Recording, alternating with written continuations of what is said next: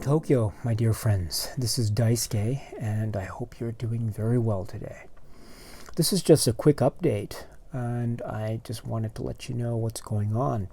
So, first is regarding the Barnes & Noble sale. Wow, I have been getting a lot of comments from a lot of people. So thank you so much to all of you who have been sharing your stories and your lists and everything that you've purchased and everything that you plan on purchasing. Really great indeed. And speaking of which, I would like to let you know that very recently I have heard from a number of people who have said that they have been able to order from outside of the United States. And so I think some people were able to order from the UK, for example. I know that there are a number of people who were able to order from Canada. So this seems to me to suggest that the Barnes & Noble website is now allowing for, at least to some degree anyway, orders from outside of the United States. So if you are outside of the United States and you want to check out the Barnes & Noble sale, please give it a try and see what you can come up with. Now, I don't order from Barnes & Noble website, so I can't give you any first hand or first account, first or direct experience about this. So I really don't know. But hopefully this will be true for as many countries as possible. And so give it a try if you're outside the United States and you want to order, and hopefully it'll work out for you. And if it does, if you don't mind, it would be great to hear that information, because I'm sure many other people might be interested in hearing this. So it might give other people reason to want to try to put in orders through the Barnes & Noble site. So incidentally, I should say that I have no affiliation with Barnes & Noble. I have no affiliation with Criterion or Amazon or anything like that. So it's not like I get any, commission or anything from every Barnes & Noble sale or transaction or anything like that. I'm just mentioning it because I think it's a very exciting time for Criterion fans, and thus by extension for fans of physical media and film in general, because the Criterion collection is really a great selection of movies. So I just want to make that clear in case it wasn't. So also, I would like to welcome all the new subscribers who have joined this channel over the course of the last few days or weeks. So welcome. It's so nice to see you. My name is Daisuke, and I hope you're doing well. And I'd like to also invite anyone out there who is watching but who has not yet subscribed. Please, it would mean so much to me, really. It would mean so much if you could subscribe, and if you could also leave comments about films that you've seen, comments about films that you've heard me talk about. Maybe you agree with what I say. Maybe you disagree with what I say. Maybe you want to recommend a film that you think might be worth it for me to watch. Maybe you want to tell me about your favorite films. Maybe you want to tell me about a recent film theater experience that you had.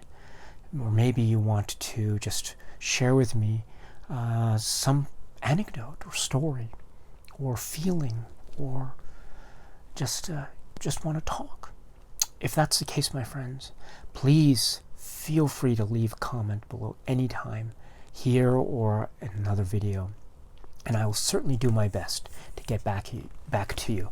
You know, I make it a point to respond to everything, and but also just please note that if you have left a comment that you feel like I haven't responded to, or maybe the comment got lost in the shuffle, please note that once in a while YouTube does a kind of a funny technical thing where you might post a comment but it doesn't show up, and maybe it disappears automatically. Now, I don't ban any comments, I don't block any comments, but sometimes YouTube automatically puts comments into a spam folder, and I try always to retrieve them, but sometimes I'm not always successful. So if you feel like I haven't responded to your comment, I really apologize, but really it is certainly nothing that I intended to do, my friend. It was not my intention to ignore you or anything. But if you do feel like I haven't responded to a comment, please, if you wouldn't mind, just write it again and post it here or elsewhere. And just let me know that this was a comment that you put up before, but maybe it was something that I didn't respond to, and I will do my best to respond. So once again, I apologize if this has happened to you, but hopefully you understand, given the YouTube technology is sometimes something that is beyond my control. But I certainly will do my best to respond to any comments that I am able to respond to.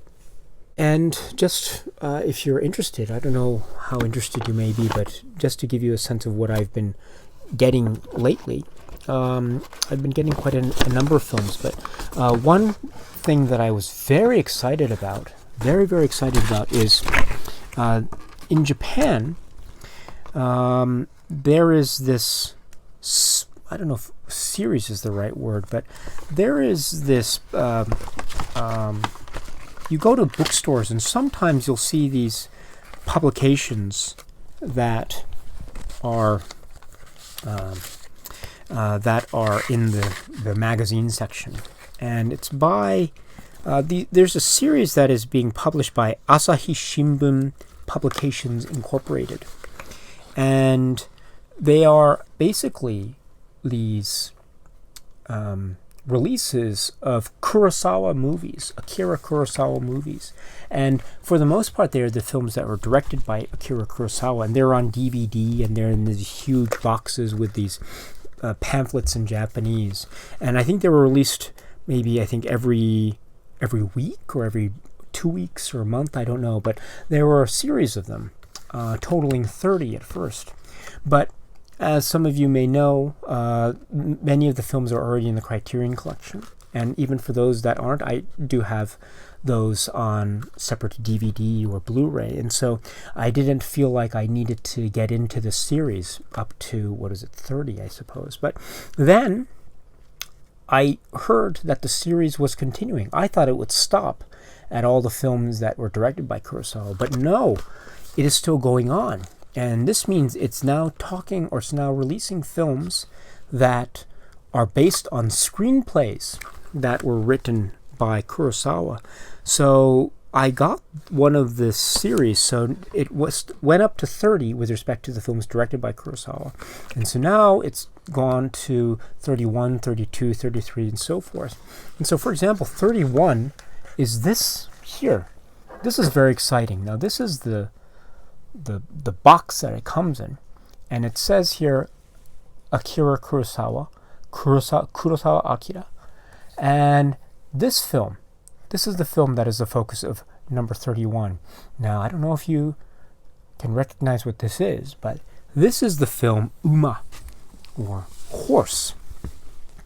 This is very exciting. Now, this is from 1941, and this is based on a script written by Kurosawa, and also it is understood that Kurosawa had a very significant hand in making this film. Now, he wasn't the named director, but he is understood to have been a very significant, or assistant director with a very significant role in the completion of this film. Let me put it that way. So Horse, or Uma.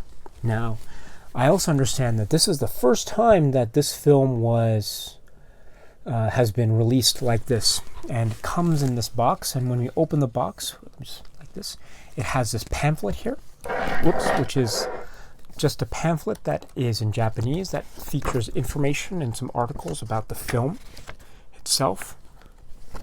Very fascinating. And then we have this, which is the DVD itself. Right there. There we go. And it may look quite unremarkable in terms of its DVD presentation. And in fact, it might even look like it might be a bootleg. But rest assured, this is an actual official release of this film. And from what I understand, this is the first time that this film is appearing on DVD. Now, I don't know about its availability outside of Japan. Unfortunately, this film, at least this DVD, does not have English subtitles. And also, it's not the greatest quality in the world, but it is, I think, very good quality. And I think more importantly, at least for me, it is an opportunity for me to see this film, Uma, which I was never able to see in full. I actually was able to see excerpts of it some time back, but I was never able to see the full film. And so it's very exciting for me to be able to have this. And actually, I've already seen this because I was so excited I had to put it in the player the day that I got this. And so a very interesting work indeed, Uma. And this got me so excited that I was getting the other films in this series. So I got this, and there are some interesting ones here. So maybe one of these, I can't promise, but these are also films that are based on scripts by Kurosawa. Oh yes, this is one that's very interesting. This is the remake of Sugata Sanshiro with Yuzo Kayama and Toshiro Mifune. Very interesting. So Yuzo Kayama is these are the two actors. I don't know if you recognize them, but they are the two actors that actually were the lead roles in the film Redbeard, if you recall, Toshiro Mifune and Yuzo Kayama. Well, here they're playing the two main roles in the story Sanshiro Sugata, which is remade here in 1965. So so this is just a very exciting thing for me. So, and again, unfortunately, some of these are not, not some, all of them, unfortunately, do not have any English language support. So it's probably a little bit difficult, and I'm not sure what their availability is outside of Japan. Maybe they are available on DVDs or VHS tapes, I'm not sure, but it's not clear to me. But what I do know is that this is a series that I'll try to get more information on as I progress through them. But some of these are films that have never been released on DVD, so it's the first time you're seeing some of them. So these are some of the works that were written by Kurosawa. So anyway, that's something that has been occupying my time lately. It's very exciting, very, very exciting. So anyway, I just wanted to share that with you. So in case you are interested in Kurosawa. Okay, my friends, so that's it as far as just a general update. So I hope you are doing very well, my friends. And until we meet again, please be happy and healthy and well. And please keep on watching a lot of great, great movies. Until we meet again, my friends.